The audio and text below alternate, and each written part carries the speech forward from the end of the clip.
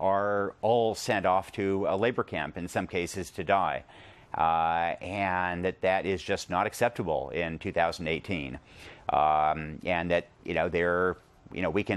we can have discussions about where we go from here. Maybe it's Red Cross visits to labor camps, and ask Kim Jong-un what he might propose to do with it. In general, I've had lots of discussions with the North Koreans about human rights, and I found that it's obviously a sensitive topic, but one that they are willing to discuss if they think they are being listened to and not just lectured. We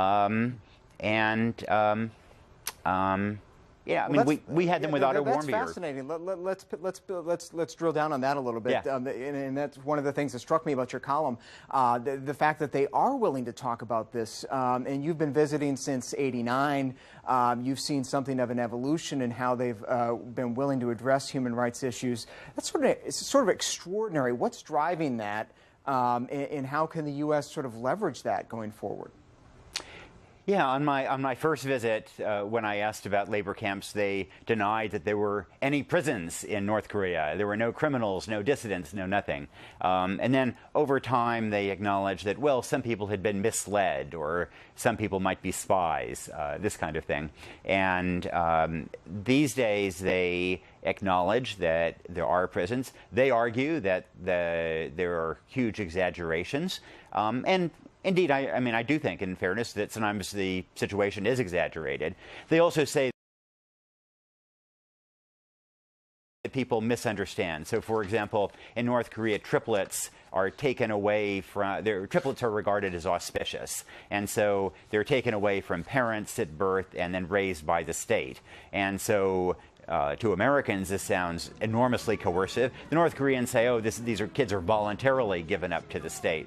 But let's have that discussion. All right, Nick Kristof with the New York Times, thank you so much for joining us. I think you're going to stand by a little bit longer. Thank you for being here. Let's go back to Colonel Steve Ganyard and pick up where we left off. Steve, we've been talking about the negotiation, which is underway, and we should tell viewers, you see a live picture there from Sentosa Island. We're waiting for those men to come out of their first one-on-one meeting. We'll see them walk very soon, we think, down that hallway to their more expanded meeting with aides to talk about some of the details.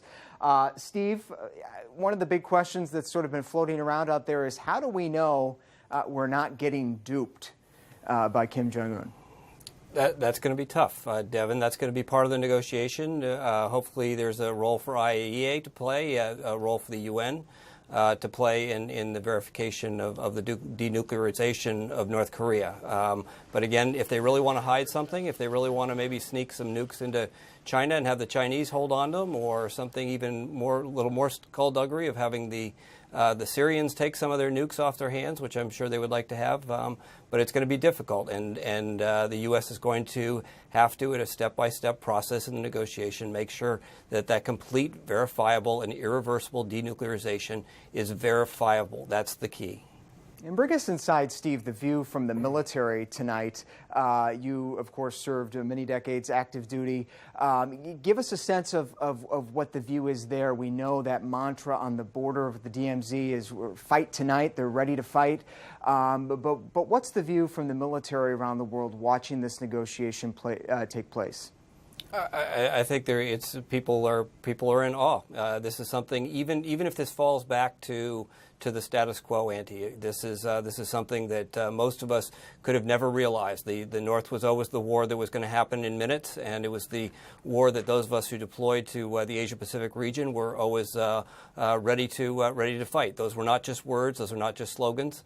Everybody knew where their targets were. Everybody knew how the war plan was going to evolve for the first couple days and months of any conflict with North Korea. I wanted to go, Devin, say one thing. I was thinking about something that Nick Kristof said. One of the things that's going to be interesting, if Kim does begin to open up to the world, how he controls his people and how does he let off pressure slowly enough that he maintains control. I think he's got real risks here. When people begin to find out the pain and suffering that they've been put through to preserve the regime, to preserve the mafia state that the Kim family has been, there's room for retribution. There's also going to be assassination threats where people who may not like the path that Kim is taking and they may not want to go down and bring North Korea into the globe of nations. And so I think there's going to be real challenges here. If, for instance, he begins to lose control and it turns into a humanitarian disaster where you have hundreds of thousands of North Korean people racing to the DMZ where those minefields and trying to get across and get to safety and the promised land of South Korea, there's lots of dangers here for Kim, even if he goes down this path in a way that's good for him and for the rest of the world. And let's pick up, Steve, on that point and go back to Nick. Nick, based on your visits and many conversations with North Korean officials, and hold that thought just for a second, Nick. We're watching live picture now of President Trump and Kim Jong-un leaving that first meeting. Their translators in tow. They seem to be talking to each other there. Meeting lasted just about on schedule, about 45 minutes time. It's about 9:50 in the morning in Singapore time on Tuesday, 9:50 here East Coast time. And let's listen to the president.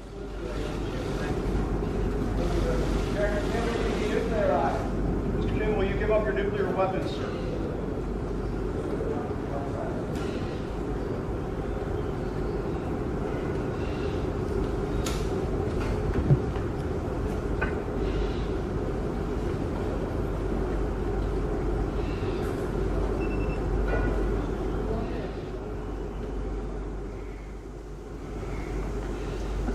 And Steve, that is just an extraordinary scene. We keep saying it over and over, but just a moment we didn't think we would ever see, certainly not under this president after all that talk of fire and fury. Yeah, Devin, we can hope. We let emotion in here. Everybody hopes for the best. If peace were to break out on the Korean Peninsula over time, that would be wonderful. And so we can't let the emotions get too far ahead of ourselves. If this falls apart, then we're back to the status quo, and we're back to the U.S. directly threatening military action against the North. And so it is extraordinary. I think that we've taken 5 steps down a path, and even if we go back a couple, we've still got those 3 to count on. And so it's progress nonetheless. And Kim wouldn't be here if he was not willing to give up something. And he finally got that nuclear weapon that he needed. If you go back and you look at the history of negotiations through decades of the U.S. Relationship with North Korea, go back to Democratic and Republican presidents, it was always, we're not going to negotiate as an individual country. We always have to have China and South Korea and the rest of Asia has to participate in any talks that we're going to conduct with the North. And now the North got what it wants, and that is bilateral discussions directly with the United States. And it was that nuclear test was one part of that, and then the KN-15 missile that proved that at least theoretically the North could hit the U.S. with a nuclear weapon. That changed everything. Every previous president could say, I can kick the can down the road with North Korea, but once Kim demonstrated the ability, or at least could make a bluff to say that he had a nuclear weapon and the means to deliver it, then President Trump felt that he had to deal with the problem directly. And deal with it he did. History has already been made today, Steve. They have met. Both men, I think, lodging a political victory for their countries. But